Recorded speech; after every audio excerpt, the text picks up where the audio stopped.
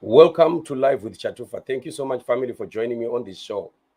Four of the most disliked persons on Twitter have already been fired. Killer Zivhu mocks. We've been talking about the firings that we are seeing happening with Emerson Mnangagwa right inside ZANU-PF as well as in the security sector. And what is quite interesting is that we are now hearing of some other people who have been fired, but the announcement have not been made public. But the individuals concerned have already been told that this is their demise. And one of them, of course, being George Charamba. And it is quite very, very interesting to hear what other people, insiders of ZANU-PF, are saying about this. Honorable Zivhu says, big shakeup. Four of the most disliked people on Twitter have already been fired. Official announcements are coming soon. So you remember I was saying this about, I was talking about this yesterday, where I was saying it is said that it's not only George Charamba, there are other three guys also who have been fired together with him. And now I think we do now have another confirmation again of what one of my sources had told me from those sources of mine that are right inside ZANU-PF.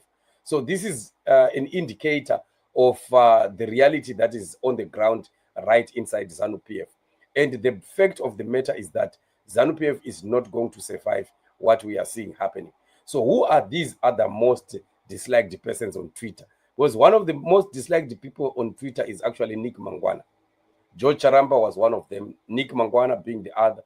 And I'm failing to pick the other two who I can really say these are, again, the most hated. I don't know, people like Tatenda Mavetera. Now, the other two, I think, are a bit complex.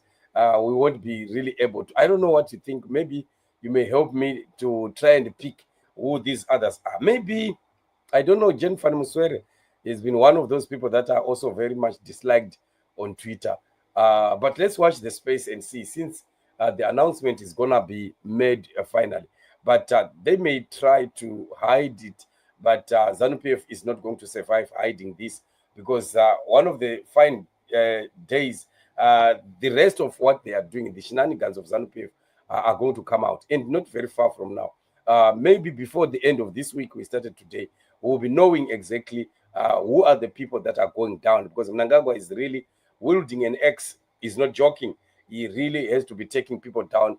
But of course, in the process is where there are fears that he himself might end up firing himself, like what was said by Gogo Buhea, that somebody, Mnangagwa, might end up firing himself.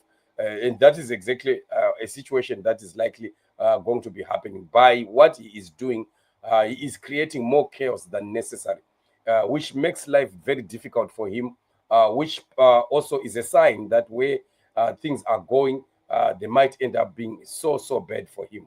But anyway, let's continue to watch the space and see which is which, what is really going to be the final outcome of the events that are happening in ZANU-PF.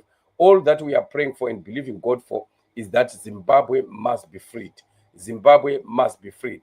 Zimbabwe must be freed. We want to see ZANU-PF out of question and out of picture. We want to see Mnangagwa all out of our country, and we begin to rebuild our country. Zimbabwe cannot be rebuilt as long as we have these thieves who are wielding guns, at the helm of our country. We want a government that is a civilian government that can cater for the Zimbabwean people and make sure that life becomes better for each and every citizen of Zimbabwe. And that is our fight. So let's continue to stand in the gap and pray as intercessors who are praying for the nation, believing our God for what God is going to be doing in this season. And we know that the season of change is already here. We are seeing signs of it. We are seeing, the V11s of the move of God in the nation of Zimbabwe. So it's interesting to want to find out the other people that have also been sacked together with George Charamba. But I'm telling you, before the end of this week, we are going to be knowing exactly who is who has gone down, who is still there, who again is going to be the following victim of Emerson Mnangagwa's firing. So it's interesting. ZANU-PF in turmoil, ZANU-PF in sixes and sevens. They don't even know how to handle themselves, how to take care of themselves.